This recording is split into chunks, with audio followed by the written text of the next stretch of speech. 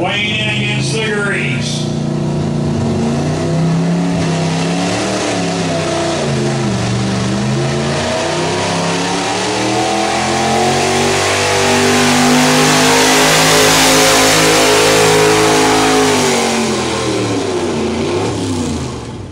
Oh, not a bad pass there.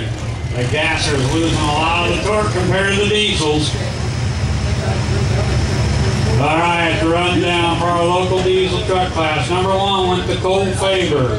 Number 2 to Johnny Estridge. Number 3 to Andrew Carter.